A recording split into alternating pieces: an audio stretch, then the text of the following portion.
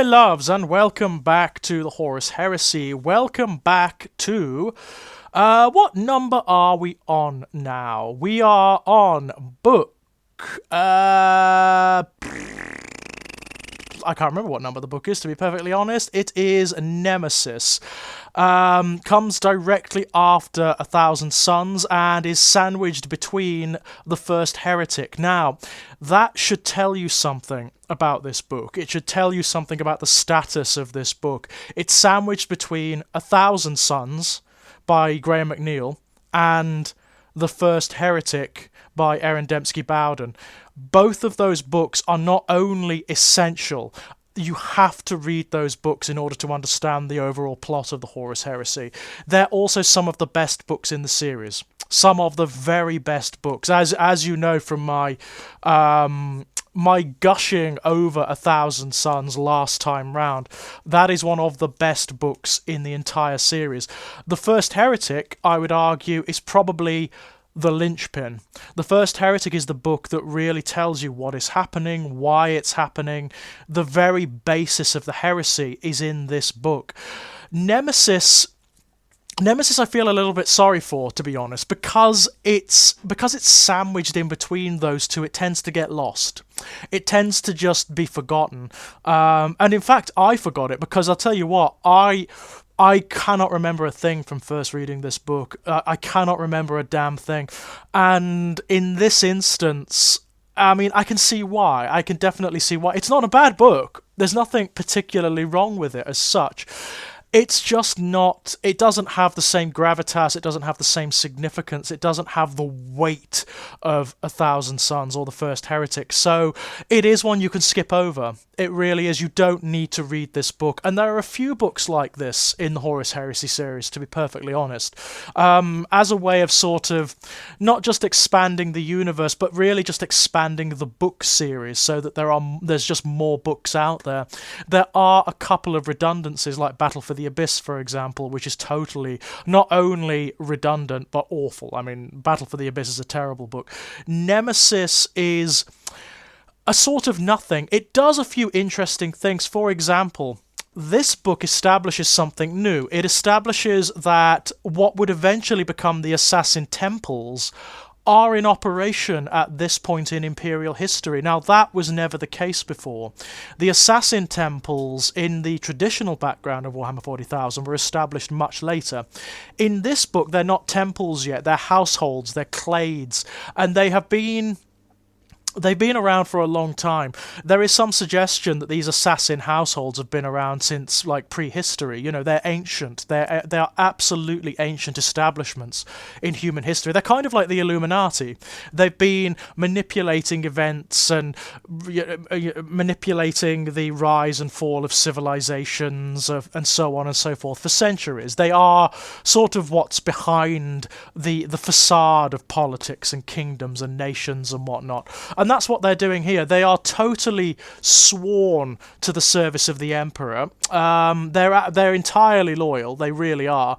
And what this book establishes, of course, is that every single one of the established households, and there are a lot more than the temples that you find in the present-day Imperium, a lot more. I think there's 12 altogether. There are 12 assassin households, all of which have slightly different modus operandi and aspects. Like the first one you encounter, he's trying to poison Horus, basically, and he has been wheedling his way into the crews of the traitor legions for decades, trying to find a spot, a place from which he can actually attack the War Master. And there have been several attempts by several different households, all of which have failed. None of them have even gotten close to Horus, and that's largely due to the input of Erebus, by all accounts. It's largely due to the word bearers, because Erebus is protecting the War Master, and because he is sort of divining the future, he's reading the various paths and strands of probability in the entrails of his victims and whatnot, and in the tides of the warp. He knows when there's an assassin around. He knows when there's going to be an attempt on the War Master's life. So really they're banging their heads against a brick wall. They are really trying to get close to the War Master or even to his officers, and it isn't working. It really isn't working. So it's interesting to see the assassins in operation at this point in time, because that was never a thing before.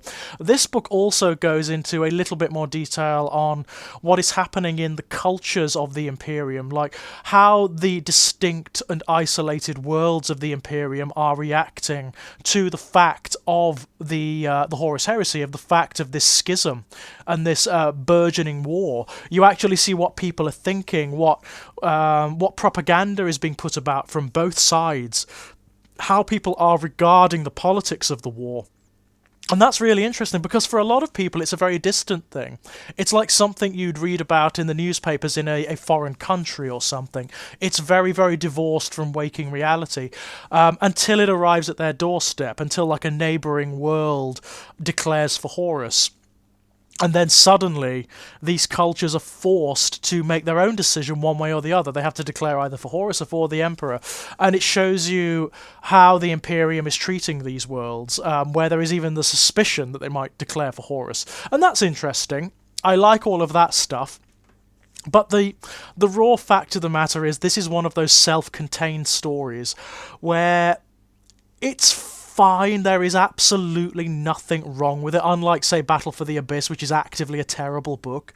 This is fine. There's absolutely nothing wrong with it. The characters are cool and interesting. The story is fairly well composed and written. There's nothing like offensively bad about the writing or anything like that. What I would say is it lacks focus. Like a lot of the Horus Heresy books, a lot of the ones that don't really succeed, it lacks focus. Whereas in, say, 1,000 Suns, you have this close focus on very particular characters, and it follows their story arcs and allows them to intertwine naturally. This one has lots of different story arcs occurring at once, which never really twine together. A lot of them are kind of redundant. It's a fluff book, really. It's about giving you a little bit more background on what is happening in the wider Imperium, and in that regard is largely redundant. It's something you can just throw aside, and it's a shame. It's not really this book's fault. It's just the fact of its placing, and the fact that it doesn't really have the intrigue that a lot of the other stories have, because most of the characters who are involved here are characters you don't really know.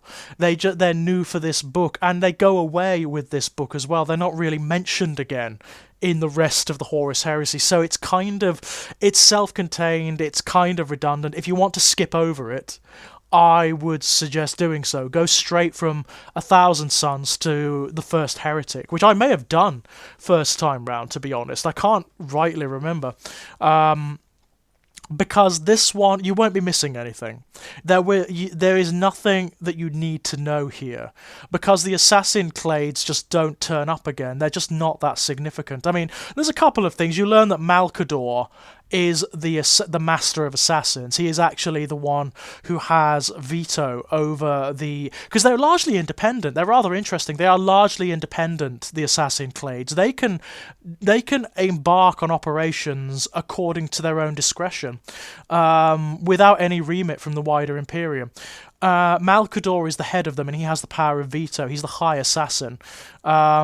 And you learn a little bit about how that's causing tension within the wider politics of the Imperium, because there are members of the Imperium who find that form of warfare icky. They find it dishonourable.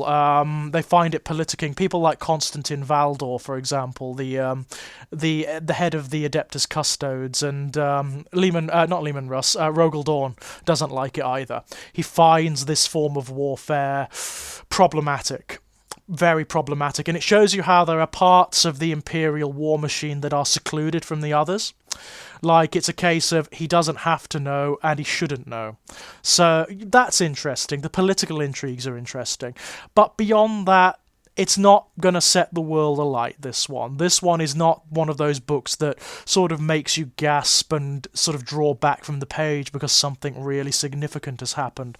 It just isn't that book. It's not. It doesn't even try to be that book. It's a kind of popcorn book in between these two big, weighty, significant tomes. But the next one, the next one we're going to look at. I'm going to try and get some guests on for the next book, because the next book is the book.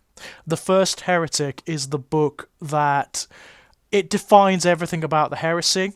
It completely upturns the word bearers and what people presume they're about, and it goes deep, deep, deep into the metaphysics of chaos and of the wider 40k universe.